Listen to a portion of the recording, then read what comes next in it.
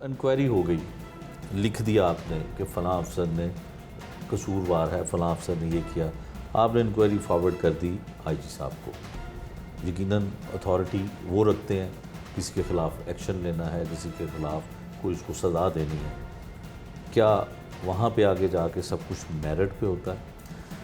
دیکھو، ایک صرف آئی جی صاحب نہیں اتھورائز، یعنی آئی جی صاحب از دا الٹیمیٹ اتھارٹی کہ وہ پورے پنجاب کو ظاہر ہے ہٹ کرتا ہے. تو کچھ لیولز ہیں جن کی اتھارٹی صرف آئی جی صاحب کے پاس ہے، تو وہ تو آئی جی صاحب کرتے ہیں. اس کے علاوہ ایس پی تک کر سکتے ہیں، ایس پی تک کر سکتے ہیں، لیکن ڈی ایس پی تک جو ہے متعلقہ ریجن کے جو آر پی اوز ہیں وہ اتھورائز ہے، وہ کرتے ہیں.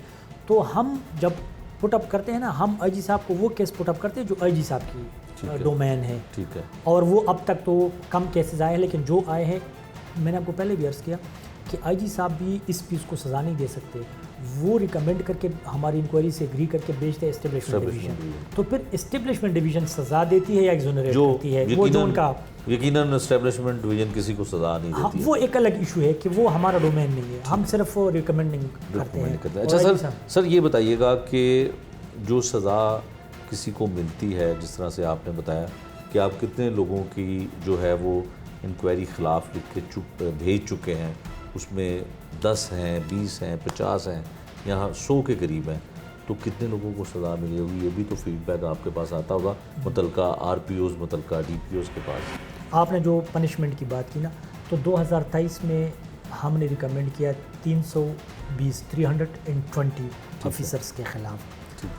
اب ظاہر دو چیزوں کو سمجھیے کہ ایک ہے آئی اے بی کا کام، یعنی یہ جج، وکیل اور پروسیکیوٹر سارا خود نہیں بنتا. یعنی اگر میں فرض کرے وکیل بنتا ہوں تو پھر میں جج تو نہیں بن سکتا. لہٰذا میں نے ایک اگر افسر کے خلاف لکھ دیا تو اس کو میں سزا نہیں دے سکتا، میں ریکمینڈ کرتا ہوں. اب وہ سزا چلی جاتی ہے متعلقہ ریجن میں آر پی او. اب آر پی او سمجھے، آپ اس طرح سمجھے کہ وہ جج ہے. ٹھیک ہے. اب اس کیس کو وہ دیکھتا ہے، ہو سکتا ہے وہ میرے آرگومنٹ سے اتفاق کر کے اس کو ڈسمس کر دے، یا اس کو انکریمنٹ روک لے، یا ریورس کر لے، اس کو ریورشن جسے ہم بولتے ہیں. لیکن یہ بھی ممکن ہے کہ وہ میری انکوائری سے اتفاق نہ کرے، وہ کہیں گے نہیں یار ڈی جی صاحب نے جو انکوائری کی اس میں یہ پوائنٹ، جس طرح جج کرتے ہیں. ٹھیک ہے. تو لہٰذا ہم اس میں پھر چونکہ ہم یہ نہیں پھر جج بن سکتے نا، ہم تو ایک یا آپ وکیل بنیں گے یا آپ جج بنیں گے. تو 320 کے فگرز میں گئے ہیں، اور اس میں کئی لوگوں کو تو سزائیں ہو گئی ہے، کئی لوگ ان پروگرس ہیں، اور کئی لوگ ایسے بھی ہیں انہوں نے ہماری انکوائری سے اتفاق نہیں کیا اور انہوں نے فائل کر دیا. ٹھیک ہے. تو لہٰذا یہ تینوں قسم کے جو اسٹریمز ہیں وہ فیلڈ میں چل رہے ہوتے ہیں. ٹھیک ہو گیا. کچھ فگر آپ بتانا چاہتے ہیں؟ 320 وہ فگرز ہیں جو ہم نے ریکمینڈ کیے ہیں. اس میں سے 128 یہ پینڈنگ ہے، جس پہ ابھی کوئی فیصلہ نہیں ہوا متعلقہ ریجنز میں. ٹھیک ہے جی. اور ان میں سے 192 جو ہے ان کی کمپلیشن ہو چکی ہے، جس میں میجر پنشمنٹ مل چکی ہے 62 کو.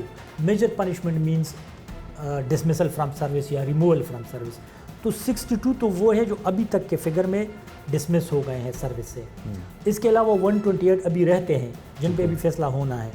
تو it is a substantial number of officers کہ جو ڈسمس ہو چکے ہیں. اور inspector is a very gazetted grade police میں.